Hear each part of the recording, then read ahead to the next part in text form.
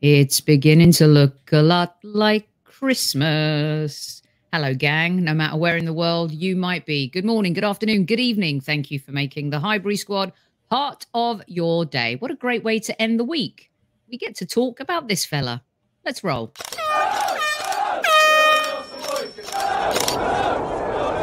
Mind the gap between the train and the platform. Please stand clear of the discussion doors. The next stop is Highbury Squad.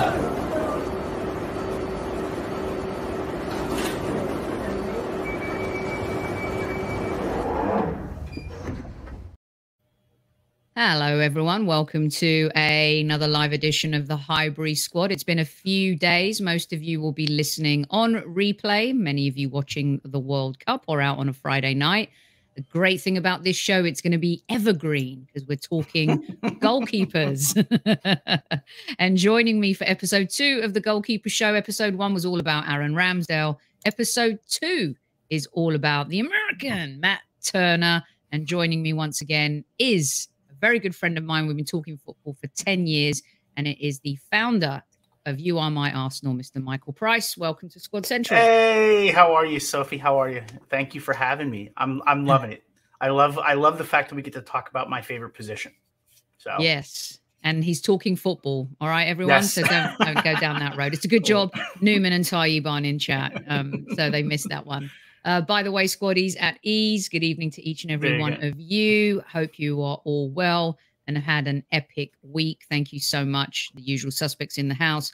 We've got Greek Commander, aka Universal Greek, changed his name to reflect his beloved Washington team. Carol is in the house. Tammy's in the house. Boy's in the house with a big statement here coming in hot right from the top. We've got Lynn in the house as well. So hello, everyone. Thanks for joining us. And as I said, for those of you, the majority that will be listening on replay, many thanks to you too. It is Christmas. Very quick housekeeping items because we haven't been live on air for 4 days.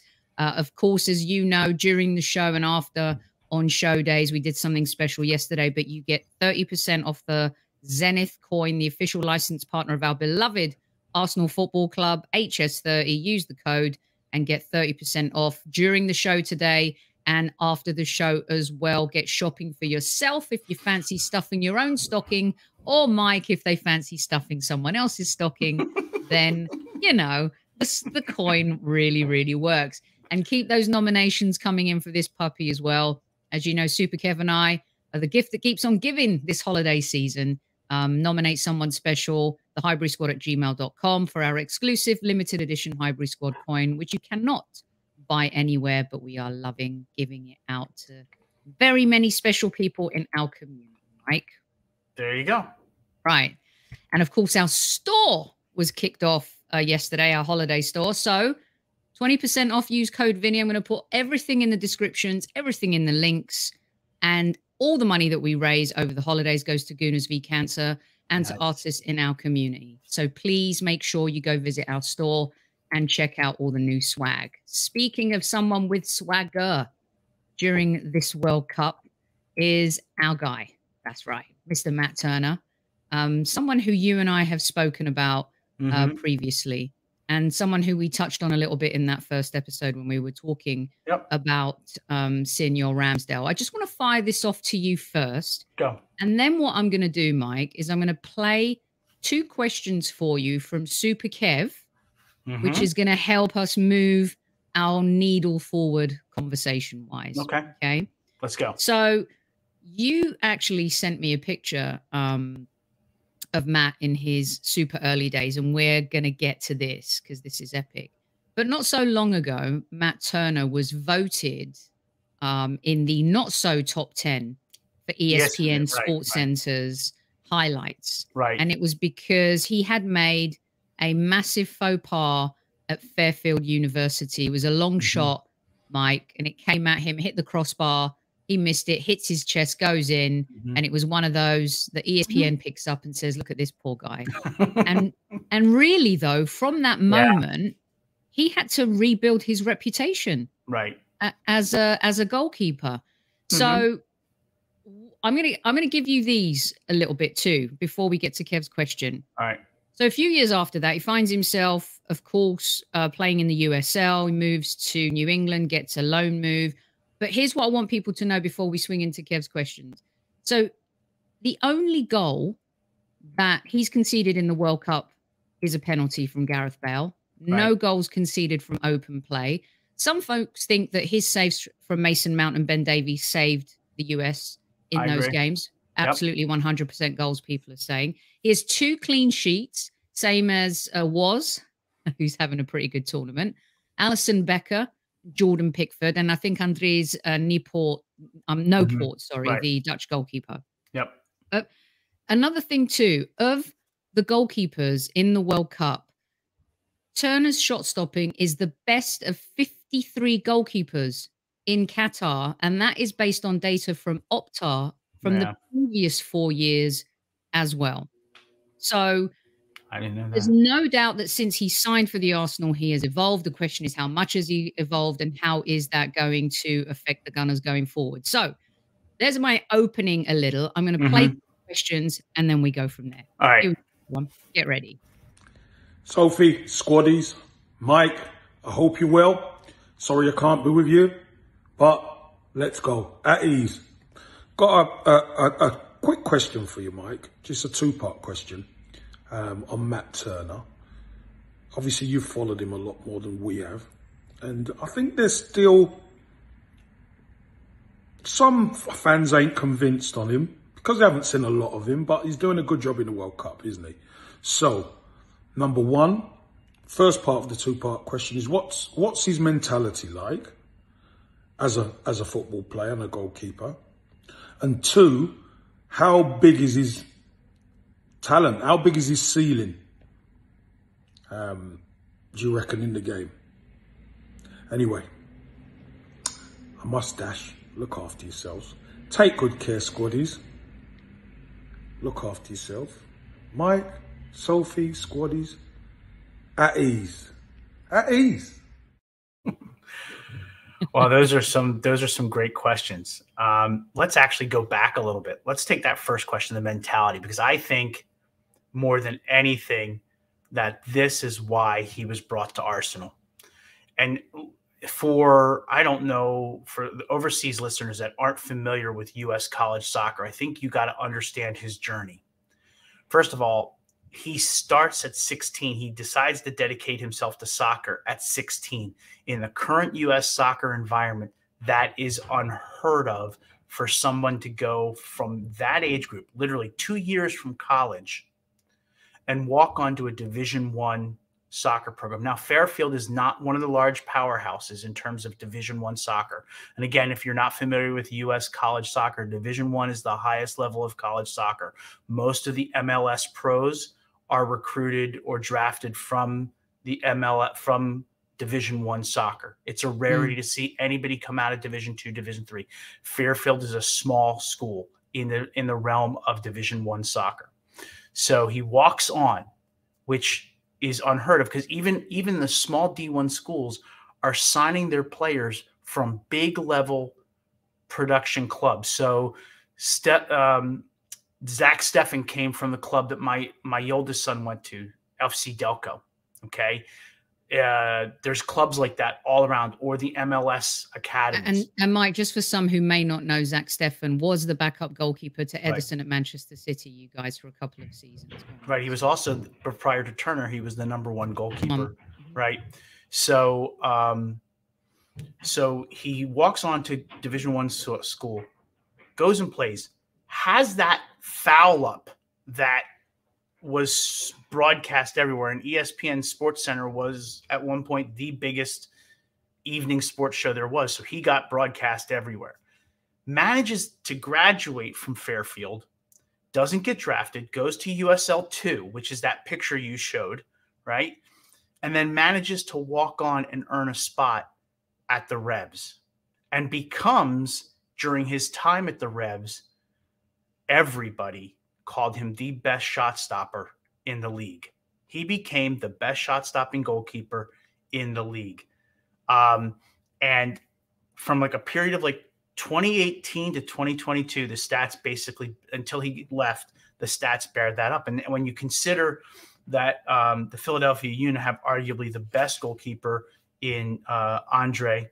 That's a lot to say about a goalkeeper. So we knew what we know about him in terms of his mentality is that this is a guy who just he's so mentally strong. To have that moment at Fairfield happen to you and then turn it around and now find yourself at one of the biggest clubs in the world says a lot about his mentality. And I think that they saw my basic assumption is they saw the mentality, they saw the shot stopping ability, which I think they considered to be, they must have considered it on par with Bernd Leno, because that's what Bernd Leno was really good at, shot stopping, right?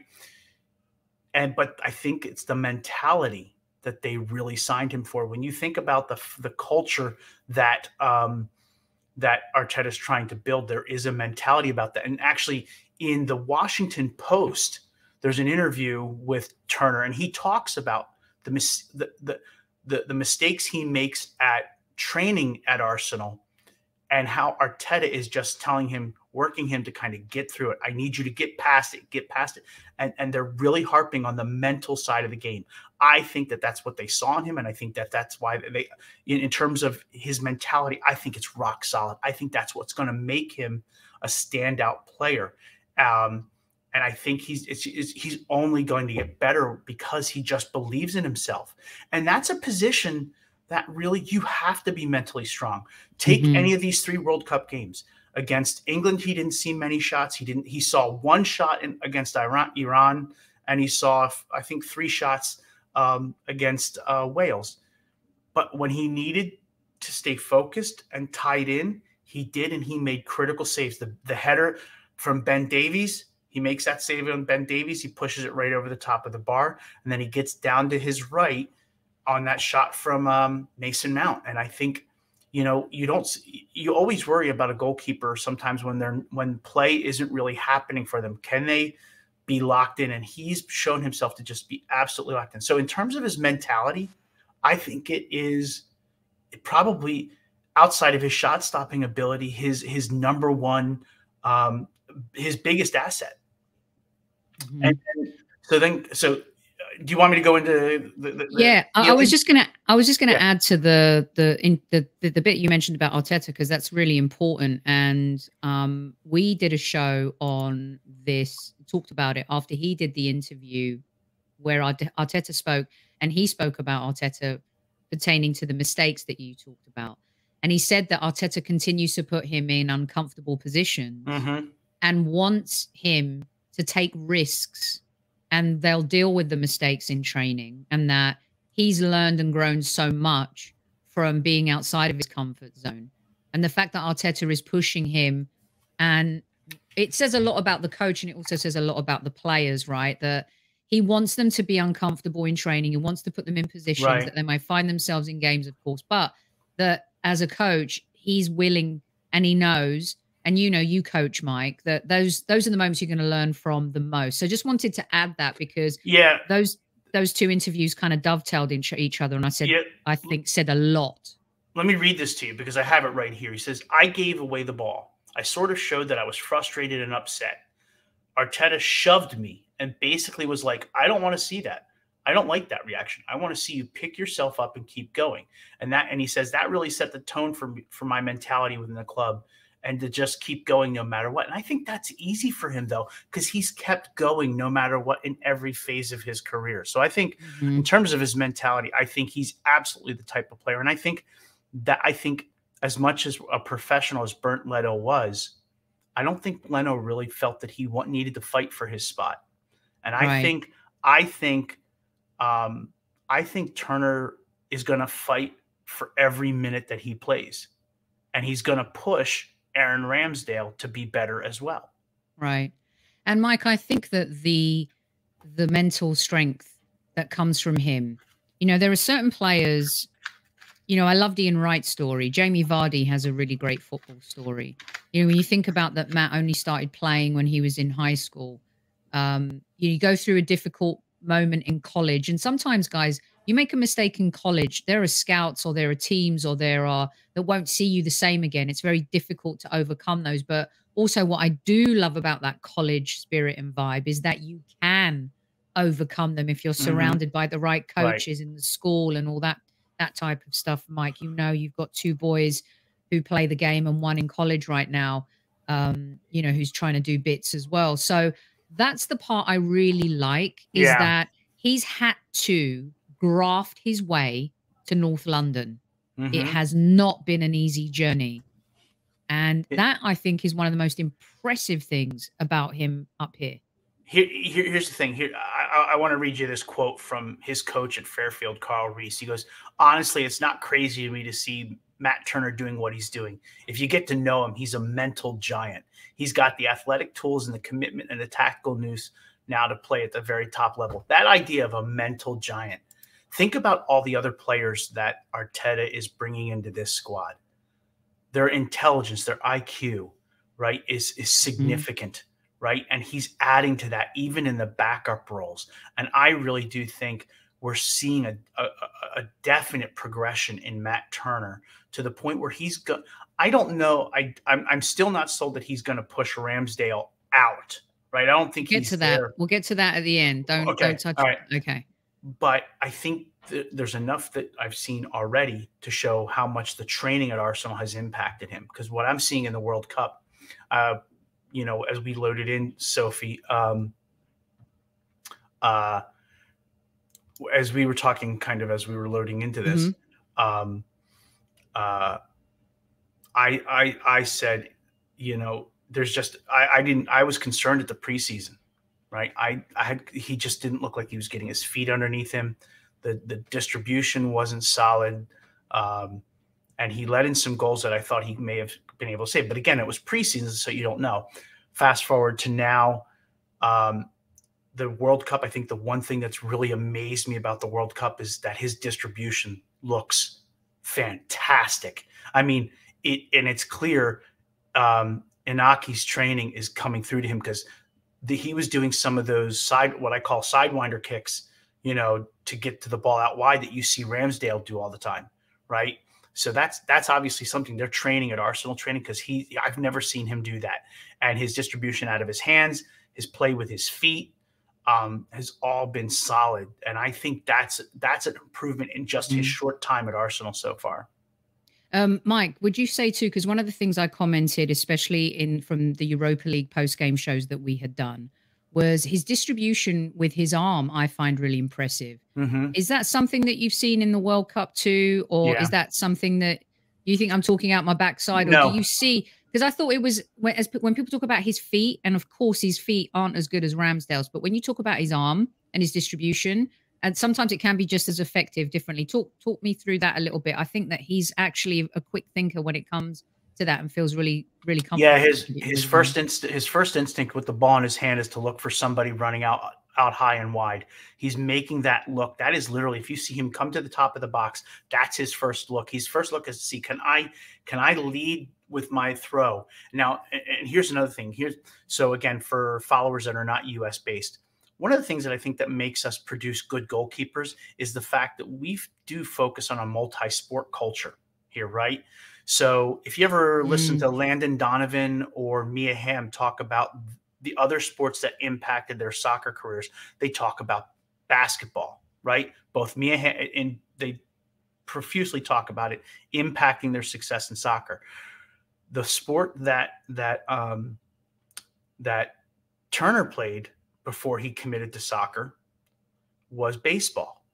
So think about that quick release of the arm, the ability to get the arm over the head. So, you know, he's got that arm speed from baseball. So he gets that ball out pretty quickly. He can get out there, and it's if you've ever watched a baseball game, you've ever watched an outfielder try and get the ball from the outfield to home plate, it's that same kind of mechanics to some extent. Obviously, you're holding the ball differently and whatnot. So he gets a quick release off of his ball. I really think it's an unsung thing that he has in him. And yeah, there was a couple instances where he was looking for Weah out wide. He looked for Weah and Pulisic immediately with that ball out wide to try and especially against England. You saw that a lot against England, because obviously I think the game plan Berhalter was employing was to sit back and play counter. And that's where that kind of distribution from the hands can be really important. If you're trying to get that counter started quickly, get that ball out of the hands quickly and into the wide spaces. And he was looking to do it, and he did it a few times, and it's really good to see. It's really striking. Yeah. And I noticed that when we were playing away in those games. And by the way, you guys, also we're talking about not conceding a goal from open play in the World Cup. Mike, in the Europa League, he has not conceded a goal from open play, has he? No, he hasn't. In both the World Cup and open play, and Europa Cup and World Cup, he has not conceded a goal from open play. Now, you know me, I'm a big goalkeeper guy, but you also have to kind of give the structure that's around that goalkeeper. But the goalkeeper impacts that structure, right? The goalkeeper, the intangibles we look for when we're assessing goalkeepers in any environment is not only their technical ability, but their ability to actually organize and assess threats and get their back line moving. And I think he's probably more comfortable doing that with his US counterpart simply because of no language issues. But I think that's part of it. I think he organizes pretty well. I think both him and Ramsdale organize very well. They do tend to hold their players accountable if there's a mistake in front of them. And I don't see either of them making too many technical mistakes leading to goals. There are a couple times where I think I can't remember the game where it looked like he got caught a little bit on the island. It may have been against Wales, and I can't remember where he was out of his box and if not for good defending. It happened in Denmark. It happened against was it Zurich or Bodo, where he came out of the box, but he handled it quite well. Yeah. A few yards outside of the penalty box, but to have the confidence to do that, I think is important as well. Well, it goes back to what we talked about with Ramsdale, and one of my son's first goalkeeper coaches that so I try not to coach my sons. One of his first goalkeeper coaches told me, he goes, one thing I like about Andrew, he has just the right amount of crazy to be a goalkeeper, and that's what you need. Those moments where they come out. That's bravery, because so many different things can happen, and you have to be assured of yourself coming out of that in that situation. So, right. And you mentioned the shot stopping, and I mentioned the Opta thing, and you can't read it here, but guys, just Google shot stopping performance since 2018 Opta, and you'll find this very interesting graphic, really great stuff. And at the top of that tree is Matt Turner, and that stat I gave to you was pertaining to his shot stopping. So go check that out, because it really is very interesting. I want to put this up for you because I think it dovetails into you answering Kev's second question. Let me see if I can just find it here. I just saved it. Okay, from Ray Beam. A really positive sign is his massive improvement in a short space of time. He's obviously a quick study, which Arteta loves. That is very true. Martinelli and White, similar in being good students. And this is the part where I feel like, where Kev says he's not sure he's ready to take over from Ramsdale. And I always find it interesting that goalkeepers, in terms of taking over a position, a little bit like the NFL and quarterback, it seems it's such a higher job to get someone out of their job than it is, for example, Tomiyasu keeping Kieran Tierney out of the left back position, even if Zinchenko is injured, right? So I love this comment. And then your answer to Kev's second question that will kind of lead us more into, look, FA Cup's going to pick up in that round of 16. Is it going to be Matt? Is it going to be Ramsdale? But let's get to Kev's second question first. So I think the ceiling is I mean, you only need to look at his development from Fairfield to now to know that he's got a significant ceiling of ability. And I think you're right. I think it's very hard to displace a goalkeeper. And let's be honest. I don't think Ramsdale has played poorly at all. You know, he's got it's like 12 clean sheets this season. Exactly, and that's not what we're talking about at all. Yeah. No, so it's hard to say he's going to displace. You know, So you're right. It's a long time coming. I love the quarterback analogy because you're right. Quarterbacks hardly ever, it just comes down to injury, right? Martinez gets his ability to take us into the FA Cup finals because of Leno, who was at that point that Leno got injured. At the point that Leno got injured that year, Leno was our player of the year. He and Aubameyang were saving us. Yes. They were literally so I think he's got such a tremendous opportunity in the FA Cup. I will not be surprised if he's our FA Cup goalkeeper. I will not be surprised if he is our obviously, I think he stays in the Europa League. I think he's not done a thing wrong in the Europa League, and I think, you're going to play that you play him until you don't need him. And frankly, given how fast and furious the games are going to be coming to close out this season, I don't think he's going to keep Ramsdale playing multiple games if he doesn't need to.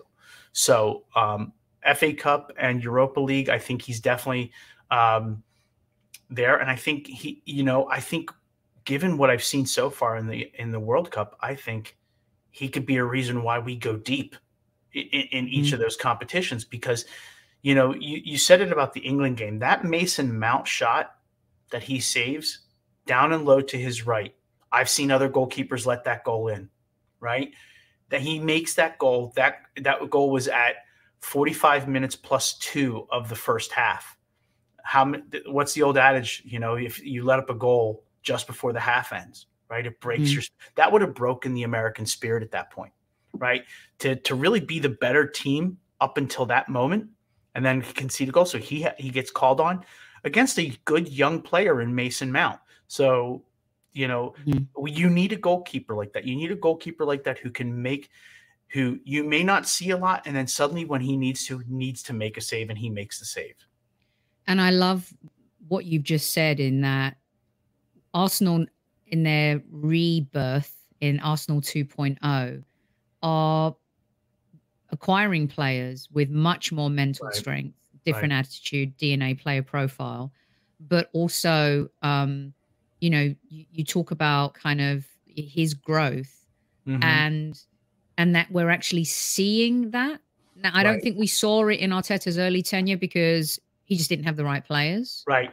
But there's no doubt that he's improved. There's no doubt that Gabriel's improved. There's no doubt that, Martinelli has improved. Xhaka has improved. Maybe that's more a position than versus the actual talent that he had. But that's the key thing. And what I like too is the preparedness. So when these players are coming in, to dovetail to riff off what you just said, is that, coming in, it's daunting. I don't care what anyone says. He may speak the same language, but, when you go from playing in MLS to Arsenal, the leap is massive. And that's no disrespect to MLS. No. When you go from even, let's say Mudryk comes, it's going to be very different, and I'm not saying, Shakhtar don't have great facilities and all these amazing things, because they do.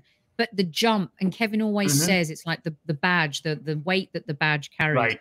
But the players that we've got, Mike, and even he, when they come in, they seem prepared.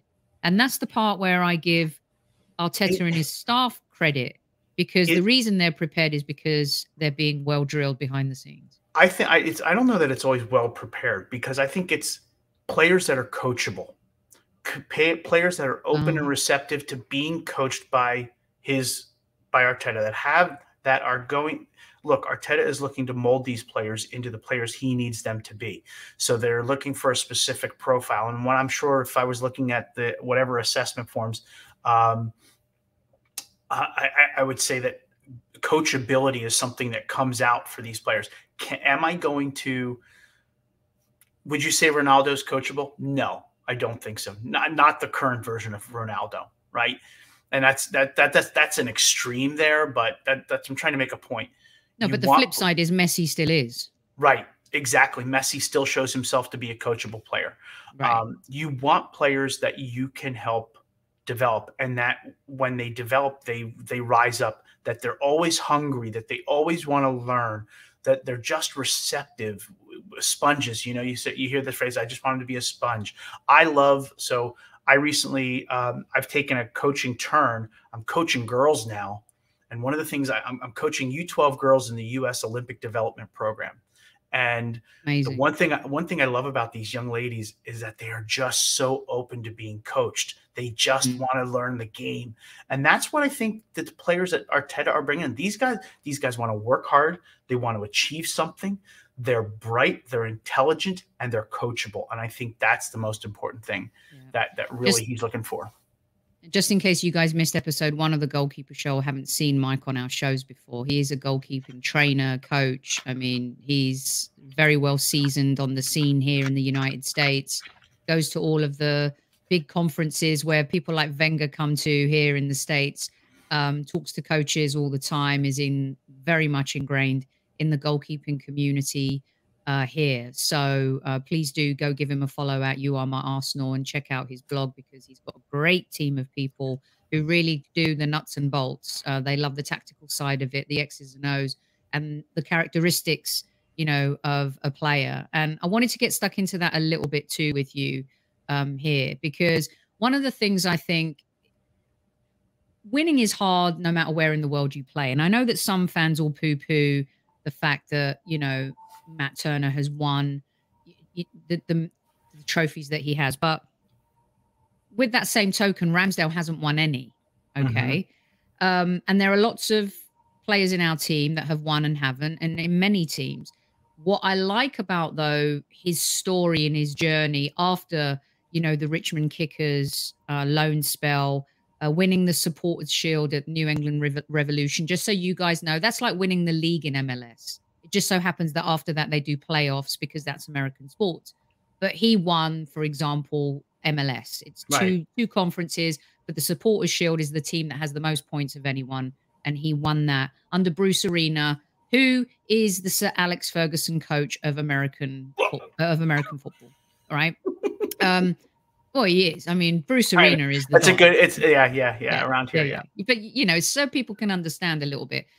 But to dovetail that, he won the Gold Cup with the US men's national team. I can't remember if Zach Steffen was injured then and couldn't play. I just think that Zach Steffen was just we hadn't made the switch completely from Zach Steffen to Turner at that point. Yes, right. So he also won the Golden Glove in that tournament. He was part of the best 11. He won. He was part of MLS All-Star. He was the MVP at MLS All-Star. So he's got that experience being in really big games. And, you know, Copa America, winning the Gold Cup, he was part of CONCACAF's Gold Cup tournament team as well, you guys. Just so you know, it's like winning the Euros or Copa America. It is the North American version of that. And he had a fantastic tournament. He really did. So I like he comes with, even though it's maybe on a smaller scale in terms of what the rest of the world may think or see, Mike, he's been a competitor for a very, very long time now. So I want you to talk to me a little bit about what you've seen. So we've said shot stopping is good. What about now aerially, the things that we've talked about, you know, the distribution with the feet, the arms. What is the next phase? What are you seeing? What do you want to see from Matt Turner? And why can't he, if he comes, let's say the US go deep into the World Cup, Aaron Ramsdale won't play because Pickford's going to play. But let's say he takes, let's say he takes the US deep into the tournament. He comes back. I think Mikel Arteta's like, you did that for the US. It's not for Arsenal. We move on. This is the team. Yeah. But it's going to do him the world of good. What is the next phase? Because he does, like Lynn said in the chat, he loves being at the club. He's there to stay as long as he can. You know, you want to see what happens if Ramsdale were to get injured in league play. And I'm saying I don't want Ramsdale to get injured. I'm saying because that environment is completely different. That Premier League, look, if you've not been one that's been fortunate enough to see a Premier League game live, even against the worst teams, it's the most brutal league in the world in terms of its pace and what it demands of its players. And it's going to demand something different from Matt Turner than the Europa League, the World Cup, and everything else that he's faced. And look, he could go deep in the World Cup, and that's going to be a pressure cooker, completely different to anything he's ever done before. But imagine being a goalkeeper that has to face down some of the best strikers in the world on a weekly basis, right? you've got to be prepared. And I think he can rise to that occasion. We talked about his mentality. I think he definitely has the mentality to do it. It's just going to demand different from him. But, you know, the thing about it is I think he's going to absolutely grab that bull by the horns when that opportunity comes. And he's going to do as well as he can do. And I mean, based on what we see from him, every time he's challenged, he does well, you know. And you go back to your QB analogy, Sophie, what happens when the QB gets hot? That QB that subbed in stays in, you know.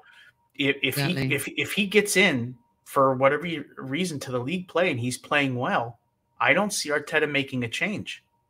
You know, and look, Arteta's been pretty clear. He wants players that push each other, that compete against each other, and that really just help develop a winning mentality.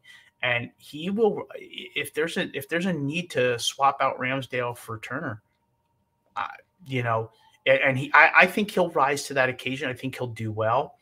I personally think he gives us a better option as a number 2 than Bernd Leno did. I love, and I'm a person who I love Bernd Leno. I thought Bernd Leno was a great signing for us, but I think we now have 2 goalkeepers that honestly give us the best strength we've had in that position since Seaman and Jens. You know, I think it seems, Mike, that the goal here has always been, we've always said, if only our midfield and our back line and our goalkeeping situation could be as good as that champagne football, that creativity that we've seen over the years. And my goodness, we've done that on that back line, haven't we? And now we have options and versatility, not square peg, round holes, but hybrid players who are very talented that can play in multiple positions, but with effect, versus just trying to square peg, round hole, Xhaka at left back against Brighton. And I think that now we're seeing it in the goalkeeping situation as well. For a lot of Arsenal fans, that last nugget is make sure that you've got cover in midfield. God forbid something happens to Thomas Partey for the rest of the season, an attacking winger. But you're seeing it formulate much more in the image of Mikel Arteta, which is what a lot of the fans have been waiting for. All right, just a few more minutes here with Mike from You Are My Arsenal talking about Matt Turner. I don't know if these mean anything, but I've got this for you from Footy Stats. In the 21 season, he had a 73 save percentage, 102 saves from 139 shots, 1.17 conceded every 90. But Aaron Ramsdale, I think over 41 games here, if I'm reading this correctly, had a 70% save percentage. That's 90 saves from 129 shots. Now, make of that what you wish. I'm just giving everyone a little bit more data. We have a lot of listeners who love a little bit of data.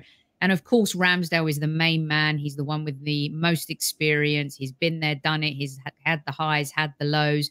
But Arteta has also said that, you know, there's ruthlessness. You just don't get to be picked. And Matt Turner said himself in an interview that Arteta said if he has to make a switch in the Europa League to win a game and he doesn't think he's right, he's going for it. Right. And I think that's a very important component here. There's no more enabling at the Arsenal.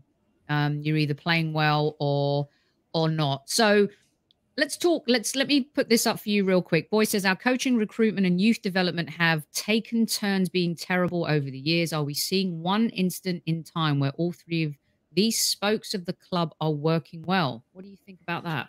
I think that's absolutely the right way to look at the club right now. You go back and look, our affection for Arsene Wenger is boundless, right? But let's just be honest. The recruiting the last 5 to 6, 7 years of his tenure at the club was just awful. It wasn't building a team. It was putting Band-Aids on there and not even really working to see how they fit, right? It was trying to find solutions for problems to just keep us in the Champions League rather than trying to build a squad. You know, recruitment was bad, and no offense to Wenger either. I thought the game had started to pass him by at some point, and our youth development weren't churning out. Jack Wilshere was our last real serious product to come out of our academy, it just felt like none of this was working. And finally, you know, Arteta comes in, Edu comes in. There's a vision. There's a vision for what they want to do. And it's a vision aligned to much how KSE runs over here in the United States with its other sports teams. Young, hungry coaches, executives in the spot that know the sport, building teams, like almost gutting teams and then rebuilding them in the image of the coach, right? And I think it's resulted, I think last year it resulted in KSE getting a Super Bowl and a Stanley Cup, right? And a lacrosse. And a lacrosse, that's right. So their model netted them 3 titles in 1 year, right?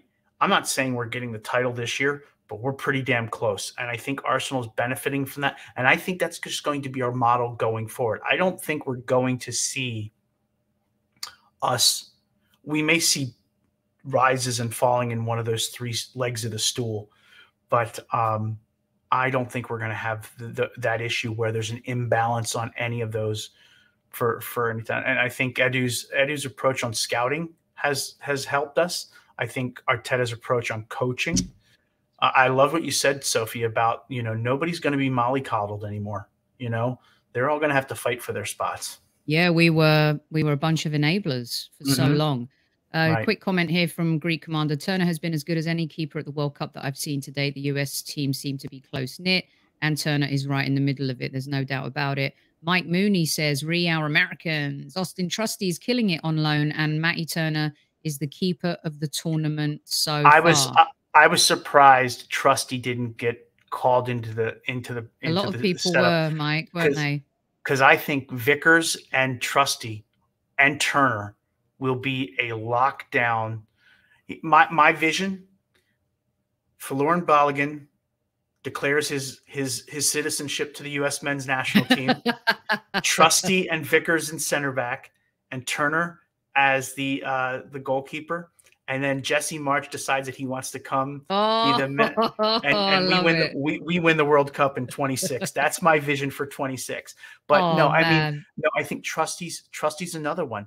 People have to, I just think it seems like we're getting so much right. And you know what? We're going to get something wrong. And I think, you know, there's a couple players that we have on the squad right now that we could probably identify on another topic. But I just think we're getting so much right now. And I think Trusty, I mean, I'm a Philadelphia Union guy, so I've known Trusty for a while. And I thought he was good here. And I thought he was a top prospect here. So I was thinking in next year, which isn't far away, I'd like to do an Austin Trusty show with you. Because let's do it. Okay, awesome. All right, just a few more here from you guys. Thanks to everyone who's tuning in. Hit the like button, kiss it, like it, lick it. As you know, it's the holiday season, and Vinny has got his Santa hat on and he's ready. So hit the like button, ready to roll. We got it all here, Mike. We have got it all here. There's no doubt about that. Right. Demsek, what's Matt's in-game attention to the game like? Ooh. You mean just his ability to see everything, and I think he sees everything quite well, and I think that comes from the fact that you see that we haven't conceded a lot of shots on goal, right? That doesn't happen by accident. That happens because that happens for 2 reasons. A, the defensive structure is sound, the roles and responsibilities are clearly known, and the hurting of the cats, let's say, from the goalkeeper position happens. I think, look, those are the intangibles you look for when you're assessing a goalkeeper. Do they see the whole game? One of the reasons I like Dre over at the Union is, if you've ever listened to him, they've done a bunch of videos of him mic'd up. He's a coach on the field. He's not just he's coaching the attacking play. He's, you know, and I think Turner brings a little bit of that as well. So I think his attention to the game, his intelligence to the game is significant. And I think that's one of the reasons why Europa League, no goals from open play, and World Cup. I think that's just part of that equation. Mike, how many times have we over the last few years seen Arsenal capitulate, going a goal down, right? games now that we kind of come back from, fight from, overcome adversity, Saliba own goal, Gabriel mistake, come back, win those games, respond immediately. The biggest Achilles heel for the Arsenal Football Club with their players was the mental impotence. Right. And we lacked that both, you know, maybe not as much between the sticks, but definitely our outfield players. They wouldn't be up for a fight in some of the games that we've had to face over the last couple of seasons. And I think that's been it's night and day in just a year, the mental makeup of this team. It is just amazingly, and sometimes it takes getting rid of just one or two players. And the mental makeup of this squad is different. And I think that's why everybody likes it. You know, here's the thing. What was the game? Oh, it was the United game. We lost, but you wouldn't know it. Not from our fans. Our fans loved us. I was so, it was like, wow, this is different. This is completely, you can remember the Stoke on the platform, get out while you can, those kind of moments through the last 10 years.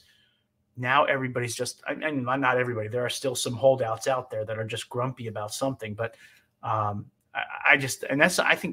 think Turner is emblematic of where we are as a team right now, finding these nugget players that are just going to grow and grow. And you know what? We are going to have sad days when some of these players finally do depart us. But right now, they're giving us some of the best moments of the last 10 years. And we're going to soak them up as much as possible. I would put Tomiyasu in that mix in terms of just, you know, they've got the right attitude. They've got the right character and just love having them around. Okay, I'll fire these off real quick. Lynn, thanks for all your comments. You've been making some top shelf ones tonight. Matt's distribution from his hands is sometimes quicker than playing from the back. And also that gives us perspective. Yes. And well said. Just touched on that. Ian says, oh, I was here for episode 1 as well. Top guy. That is for you. Thanks, Ian. Right? Thank you. Runs with cows. What? Our youth development is crap. What world is that? Is it? No, I think Per Mertesacker has done an amazing job at reestablishing the one thing people get hung up in youth setup a lot around the world is wins and losses. It's not about wins and losses. I mean, it is really about developing players for the first team or players that you can ultimately wind up and make a profit off of. Okay, so here's a riff off that question. Our youth development is really important to the club, but let's remember how many make it to the squad. That's the case for most sports. Right. So how many of them actually get a professional contract? Ajax is probably the only club that can probably look across its starting 11 and see more academy prospects than recruits from other clubs, from transfers. Yes. Demsek wants to say thank you, Michael. Fans miss how important that is about being a goalkeeper. I say this as I got really into the whole coaching of goalkeepers and defensive goalkeepers because my son is a goalkeeper. And if you've ever been a goalkeeper parent, it is the most excruciating thing in the world because when a goal goes in, nobody blames the 10 other guys that are out on the field. They blame the one guy who could have gotten his hands on it. So. And Roger, that runs with cows. Apologies. Now I'm saying our youth development is so far from crap. Okay, so either I read it wrong, probably. I get a lot of corrections. Let's see what Boy says. We only got Iwobi out of the academy over a decade while we messed around with Andres, Yonker. Yes. But I think ESR and Saka, of course, again, a little bit like Arsenal as a club, there's a rebirth going on across the board in many facets. And I think that we're starting to see a lot of the results of that now. Let's see. We got Glavy says, I love these types of shows. To be honest, we don't really understand the improvements of a player. I love that. Thank you so much. And thanks. It means the world to me because I love doing these kinds of shows. And I tell Glavy, go back to watch the preseason games again, then watch the World Cup games for U.S. men's national team, and tell me you can see a marked difference in Matt Turner. Tammy says, what a great guest. Look forward to your return to talk about Trusty. Definitely. And Mike is going to be back for the final act of the season, where we're going to keep our eye on Matt Turner during Europa League, FA Cup, hopefully, and of course Rambo 2.0 as well, who's going to be so important for us being so strong between the sticks in the Premier League, Mike. Here's the last thing I'm going to say. You talked about the U.S. men's national team going deep in this World Cup. If they go deep into this World Cup, Matt Turner is a bona fide Golden Glove candidate. He is. He totally is, which is incredible. Incredible. Yeah. One final comment here from Mike. Arteta wants mentality monsters. And Jurgen Klopp said that about Liverpool not so long ago. And we saw the evolution of Liverpool. I actually did a piece for Sky on the mentality monsters thing with Liverpool and how that translates to Arsenal and how people and pundits and managers are seeing us differently. And the biggest change, not only in terms of us on the pitch, in terms of organization, our mental is on a totally different level. It really, really is. And I think Zinchenko and Jesus, Mike, have had a huge amount to do with that. And Odegaard, who doesn't get the credit that he deserves from some of our fan base. But, you know, who knows? He's probably chilling right now with Haaland on the sofa, watching highlights or something. No, the two of them something together. like that. Something like that. Yeah. Great stuff. Great show highlighting how important a goalkeeper is and how the position is underrated. What have you not said that you want the squaddies to know, Mike, about Matt Turner? I just keep your eye on this guy. This is, you know, so again, his story is like the perfect story, isn't it? Of perseverance. If you ever doubted your own ability, or if you doubted because you thought people were going to have roadblocks, look at his story. He shouldn't be here. By all accounts, the way sport, the way an elite pro athlete is developed in this world, by all accounts, Matt Turner should not be here. So if you even have a dream that that you want to do something, his story should give you hope for that. Because frankly, I love that story. I want to tell every youth player I work with that story, because frankly, that's a story worth telling that really can give hope to a lot of people that you know, I hear too many parents in the youth world that tell oh, you'll never, you know, you're not that, you know, no, you know what? Let them develop. I mean, nobody thought Messi was going to be much when he was a kid. Remember? Now look at him. And I know Matt Turner's story is different, but I just love Matt. I would just tell you, watch out for Matt Turner, because he's going to be something for us. We're going to have two great goalkeepers. I'm certain of it. I love it, and it's so important to talk about that, because when you are also when you also have that type of character and that type of mentality, Mike, what that can mean for players coming through in the academy, what that could mean for some of the younger players who are finding themselves on the bench until we kind of really build this squad turnkey, what it means for him. He's now just been at a World Cup. He can come back and say, look, 3 years ago, 4 years ago, I was playing for the Richmond Kickers, and now I am goalkeeper for Arsenal, and I was a star for my country at the World Cup. And, you know, this is the part of, you know, this is the part of the World Cup that I think is important, and whether you're watching or not, it's the players are people, and they've worked their entire lives to get to this moment.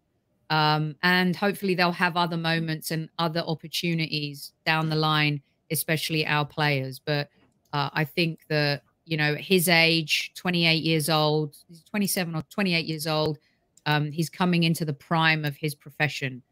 So very well said on the not giving up part.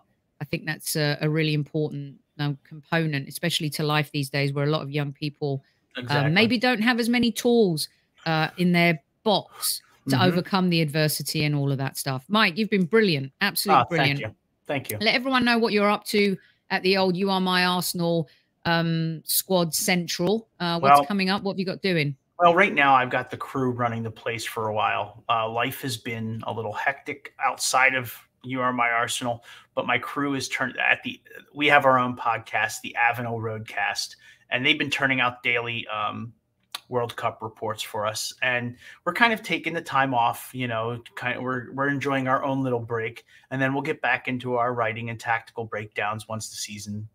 I think our plan is to do something really kind of re-kick off the season again the Sunday before Boxing Day. And nice. So that's the goal right now. Me personally, like I told you, I am coaching still. The team this is the high school team that just graduated for me. Nice. We went deep into our districts, and then I'm working for the first time ever, like I said earlier, with girls. And I love it because young girls are so focused on learning soccer, and they're so good at it. And I love it. So I noticed I didn't do like the division, you're at Olympic level, but AYSO, when I was coach of a girls team versus a boys team, they're definitely more sponges, because I feel like at that point when I was coaching too, just a few years ago here in the States, they didn't quite feel like they belonged on the pitch yet.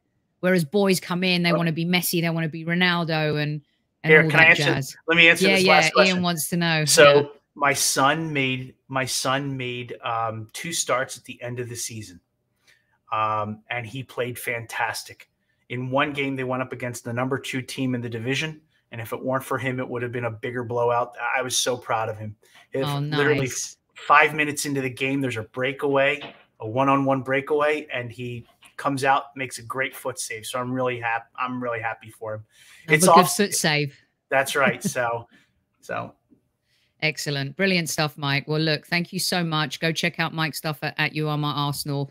Thank you, Carol, and everyone else who's been very kind with your words. Let your mates know about shows like this. We'll be doing a few more of these during the World Cup, focused on a little bit more on our players. We're going to have Talented Gooners coming up, a trip down memory lane, and we've got Super Kev back live on Monday for Monday Madness. So you are not going to want to miss that. We're going to have a women's show next week with Demian. Our women have a massive game coming up this weekend, and I saw a pic where Leah and Raphael were ready to go. So cool. I got a little bit there. Yeah. So they look like they're fit and ready to go. All right. That's it, kids. Have a great weekend. Enjoy your football this weekend. Enjoy your family. Happy December. The holiday season is here, and we are ready to plug the good cheer. Love you, and I'll see you Monday. Until then, at ease.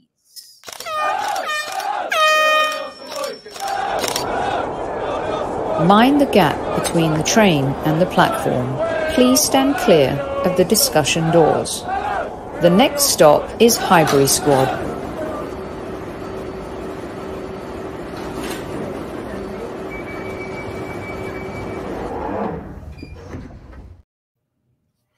All right.